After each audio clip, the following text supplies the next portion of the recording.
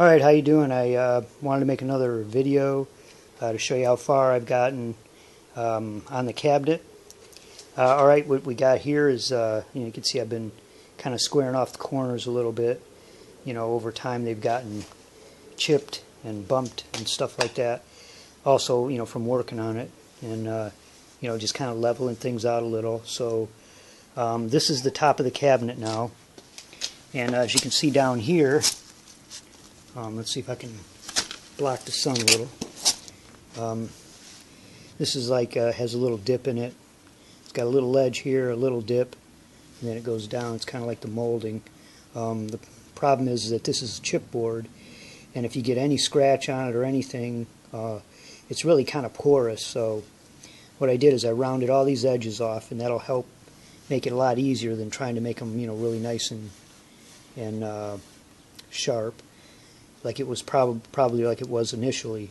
But if you round it off, it's a little easier, you know, to fill in and stuff. So what I've done here is this edge has little pits along, you know, little pits on it.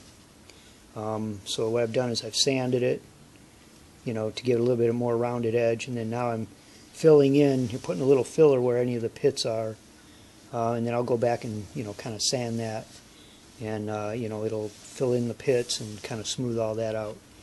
You pretty much have to do that by hand. What I do is I always take the spot putty and I just run a thin layer along there, work it into any holes, and then I come back and put some filler in, you know, a little glob of it between my fingers, and I just run it through and let it, you know, come out. It takes a little practice, but it'll come out and give you a nice edge. And then when you go back and sand it, you can kind of blend it in with all this, you know, the rounded corners. And the same with all the corners. I just went ahead and rounded them all off. And you can see the tops here. I'm working on those, getting any little dents that were in there. I had to work on this, you know, the little molding here. And, you know, of course, all the corners, you know, just kind of need to be done a little bit. You can see this is the back top. I don't know if you can, you know, this is the back piece of wood, you know, filling in little dips and stuff there, little dents.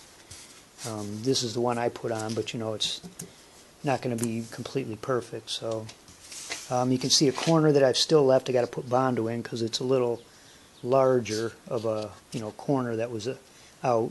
It had gotten water damage back here, and you know, all this whole edge right there had gotten water damage, and so the basically wallpaper that they covered all this wood with, you know, kind of peeled up. So I just cleaned it all out, put some wood glue over it to harden it all up.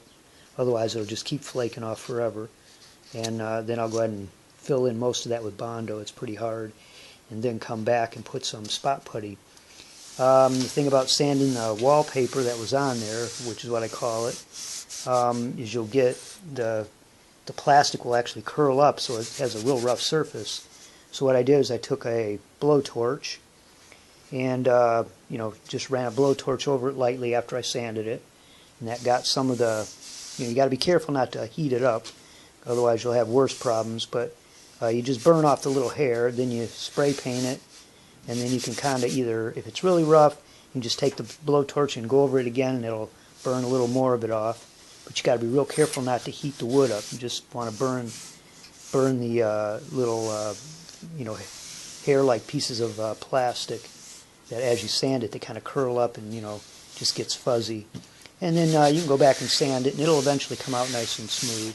You know, sand it a little bit. It's not really a big deal, but I find that just kind of burning some of it off really quick, you know, helps a lot. This right here, I've got to rebuild this whole complete edge. This was all like, you know, just, it's, even though it's in the back and it's really not going to be seen, you know, it's a little bit of practice, but I'm just building the whole edge up. So I've got to build it up and square it off. It's kind of, you know, it's deteriorated on a real bad angle. And there's not really a lot of it, you know, much of an edge right here. But I'll just build it up so it's a nice, you know, kind of squared off edge anyway. You can see how I went and taped off the front, you know. What I'm going to do, as I told you in the other videos, all this behind here is actually a dark brown, so, you know, it'll all be encased, in the black, and then this piece will be in dark brown, and also up inside here this piece was good, and then inside is all going to be dark brown except for this back piece right there, and I don't know if you can see it very well. But anyway, so this just involves flipping this over, taking my time. I've already got the edges on this, like I did with what I'm trying to do at the bottom there, the ridge on the bottom that I showed you on the other side, that little dip here. So I'm just smoothing those out and, trying to get those, get the edges, rounding them off a little bit, and that keeps you from having to get a real sharp edge on there. And the same down here, you can see the little concave area right there. It's flat, then it's concave, and then you got the molding. And when this was flipped over, you'll recognize this piece right here. So what I'll do is after I get all this fixed and sanded, spray it with primer, and then go ahead and spray it all with black. And then I'll show you once I get it sprayed with black. I always sand with the rough sandpaper in a direction like a grain, like a wood grain. And the reason is by the time you get your final coat on there, I'll take a little scrub pad and just go in the direction as if it was wood grain, and it'll actually come out looking somewhat like wood grain. So, and I'll do that with here. I'll go straight up, and then on the sides I'll go straight up and down as if it was wood grain. And it'll be kind of like a satin finish. And again, everything that's under this paper is going to be the original brown, which was in pretty good condition. So I think it'll look all right. These are the tops, by the way, and this is actually how the top will look. But they'll sit, from. This is actually the front, so they'll sit from front to back. This little piece right here will be in the back, and then you'll open it up. And anyway, but that's how far I've gotten so far. I'm down to starting to prime them. I kind of cleaned up these a little bit and got them so they're not rusty and working again.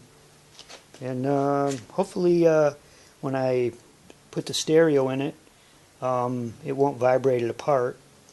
I'm probably going to just run, I was going to put 12-inch to 15-inch woofers right here on each side, but I kind of think that since this isn't wood, this is all chipboard and everything, I think what I'm afraid of is getting a vibration, a buzzing or something, because it's really going to be pumping bass. So probably what I'll do is I'll just allow this to run the tweeters, in the front, the tweeters that were in there, if you remember, and then I'll just make some separate cabinets for the subwoofers, for the bass, and that way it's just not going to vibrate this apart. This will hold the stereo and everything, and then I'll just have some. I'll make some boxes for really well made, so they don't vibrate apart from the bass, and I'll let those carry the bass, because I have a feeling if I put it in here, it may vibrate apart, and that's a lot of work to do. To cut the hole and then put some kind of decorative something grill over the front that looks kind of matches, or grill over the speaker that kind of matches the front. All right, but that's how far I am so far, and you can see I've had to do this whole edge. The whole edge right here was really beaten up. You can see the spot putty that I put on there. And they used to sell spot putty in tubes, but I saw that at the auto parts that they only had like a couple tubes left. And the other stuff was just like what you would mix with Bondo, 2 parts, but the tube stuff is really convenient. It's already mixed, and I just can't imagine mixing it up and then trying to use it. It's just adding an extra step for something that should be pretty easy. All right, the farther I get, when I get a little farther, I'll make another video. But anyway, for anybody who's just starting out, hope this gives you a little inspiration.